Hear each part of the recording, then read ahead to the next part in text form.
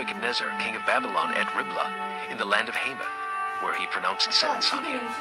There at Riblah, the king of Babylon slaughtered the sons of Zedekiah before his eyes, and also killed all the nobles of Judah. Then he put out Zedekiah's eyes, and bound him with bronze shackles to take him to Babylon. The Babylonians set fire to the royal palace and the houses of the people, and broke down the walls of Jerusalem. Nebuzaradan, commander of the imperial guard, carried into exile to Babylon the people who remained in the city, along with those who had gone over to him, and the rest of the people. But Nebuzaradan, the commander of the guard, left behind in the land of Judah some of the poor people who owned nothing, and at that time he gave them vineyards and fields. Now Nebuchadnezzar, king of Babylon, had given these orders about Jeremiah through Nebuzaradan, commander of the imperial guard. Take him and look after him. Don't harm him, but do for him whatever he asks. So Nebuzaradan, the commander of the guard, Nebuchadnezzar, a chief officer, Nergal-Sharezer, a high official, and all the other officers of the king of Babylon sent and had Jeremiah taken out of the courtyard of the guard. They turned him over to Gedaliah, son of Ahikam, the son of Shaphan, to take him back to his home, so he remained among his own people. While Jeremiah had been confined in the courtyard of the guard, the word of the Lord came to him. Go and tell Ebed-Melech the Cushite, this is what the Lord Almighty, the God of Israel, says.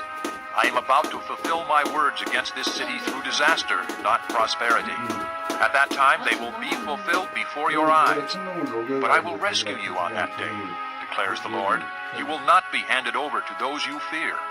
I will save you. You will not fall by the sword, but will escape with your life, because you trust in me, declares the Lord.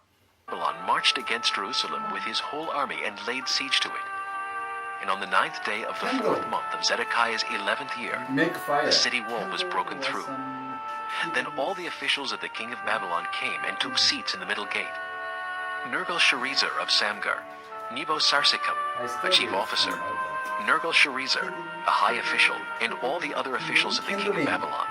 When Zedekiah, king of Judah, and all the soldiers saw that they fled, they left the city at night by way of the king's garden, through the gate between the two walls, and headed toward the Arabah.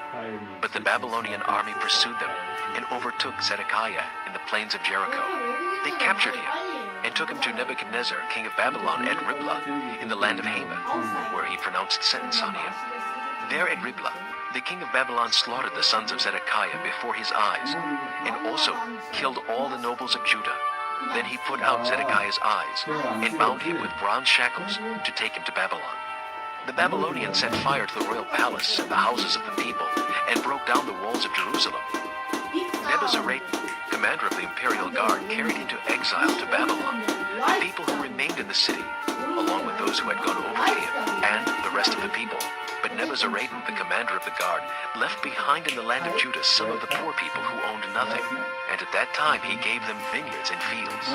Now Nebuchadnezzar, king of Babylon, had given these orders about Jeremiah through Nebuzaradan, commander of the imperial guard.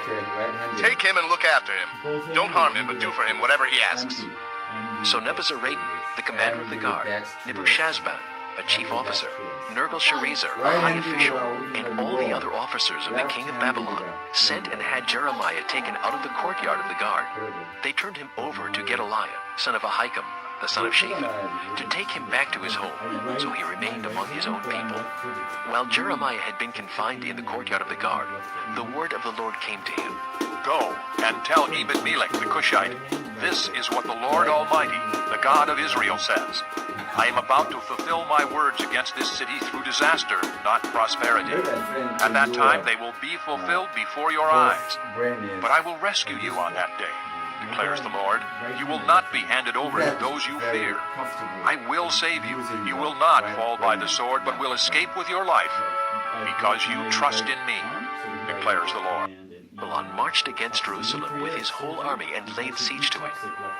And on the 9th day of the 4th month of Zedekiah's 11th year, the city wall was broken through. Then all the officials of the king of Babylon came and took seats in the middle gate. Nergal-Sharezer of Samgar, Nebo-Sarsekam, a chief officer, Nergal-Sharezer, a high official, and all the other officials of the king of Babylon. When Zedekiah, king of Judah, and all the soldiers saw that they fled, they left the city at night by way of the king's garden, through the gate between the two walls, and headed toward the Arabah. But But the Babylonian army pursued them and overtook Zedekiah in the plains of Jericho. They captured him and took him to Nebuchadnezzar, king of Babylon, at Riblah, in the land of Haman, where he pronounced sentence on him. There at Riblah, the king of Babylon slaughtered the sons of Zedekiah before his eyes, and also killed all the nobles of Judah. Then he put out Zedekiah's eyes and bound him with bronze shackles to take him to Babylon. The Babylonians set fire to the royal palace and the houses of the people and broke down the walls of Jerusalem. Nebuzaradan, commander of the imperial guard, carried into exile to Babylon the people who remained in the city, along with those who had gone over to him, and the rest of the people. But Nebuzaradan, the commander of the guard, left behind in the land of Judah some of the poor people who owned nothing, and at that time he gave them vineyards and fields. Now Nebuchadnezzar, king of Babylon, had given these orders about Jeremiah through Nebuzaradan, commander of the imperial guard. Take him and look after him. Don't harm him, but do for him whatever he asks.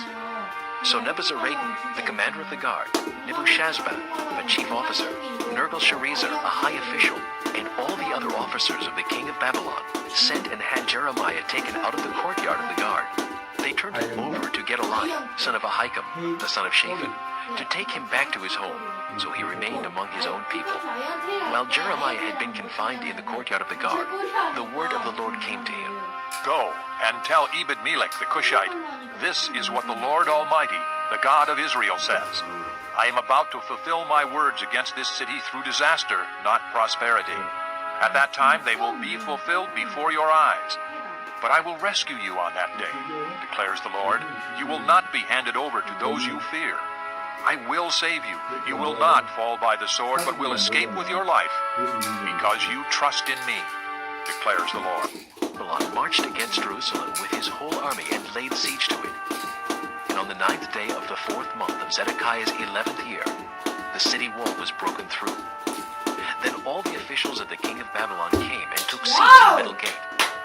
Nergal-Sharezer of Samgar, Nebo-Sarsekim, a chief officer, Nergal-Sharezer, a high official, and all the other officials of the king of Babylon. When Zedekiah, king of Judah, and all the soldiers saw that they fled, they left the city at night by way of the king's garden, through the gate between the two walls, and headed toward the Arabah. But the Babylonian army pursued them